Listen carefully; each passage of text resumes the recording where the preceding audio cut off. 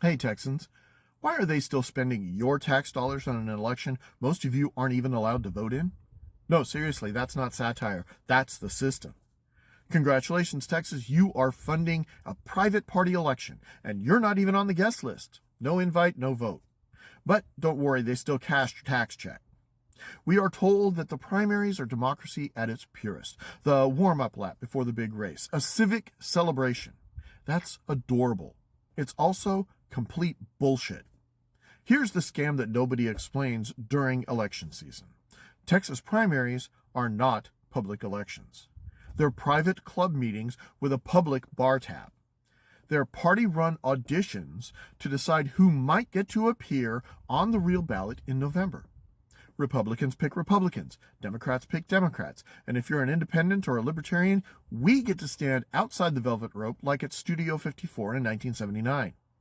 But here's the part that they don't put in the campaign ads. When you vote in a Texas primary, you are not voting as a Texan.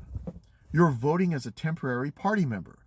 You don't actually join a party, the party just quietly claims you. And if you don't belong to either tribe, congratulations, you're still paying for it.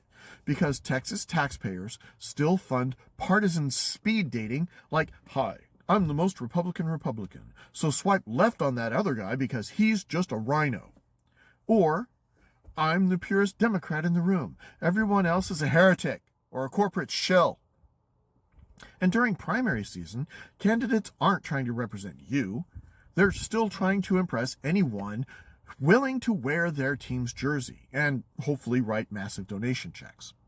So what exactly are we campaigning for? Vibes?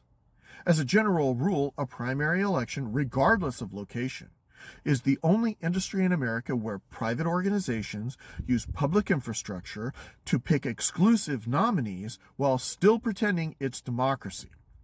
Imagine a Costco charging you a membership fee and then telling you, sorry, this aisle's for Republicans only.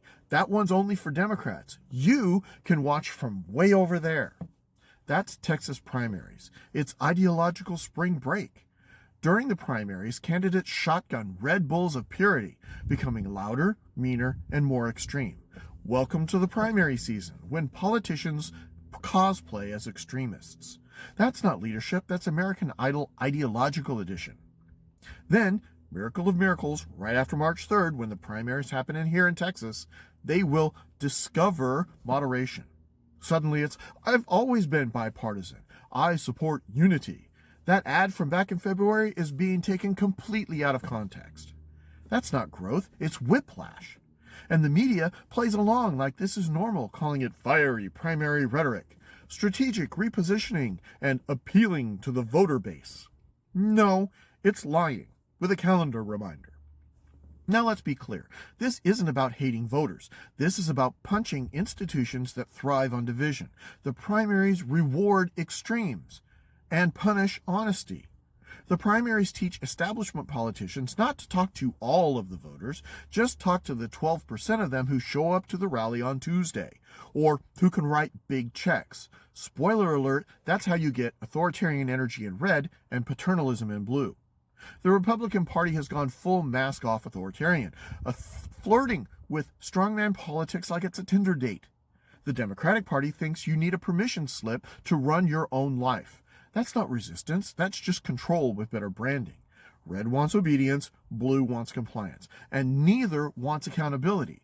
And then they have the nerve to lecture you about unity. Unity from what? A system designed to filter out dissent before November even shows up? That's not democracy, that's managed consent.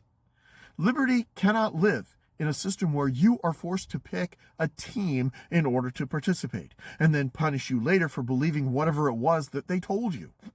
So let's rewind to the hook. You are paying for a private party election.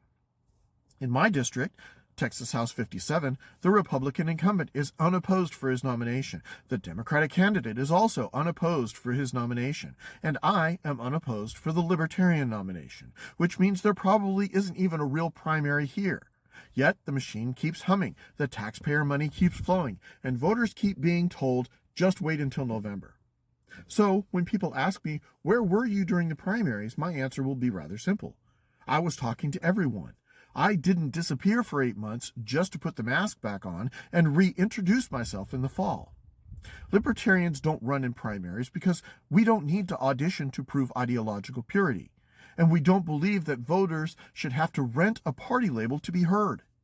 And let me be clear on this singular point. This isn't a campaign ad. It's counter-programming.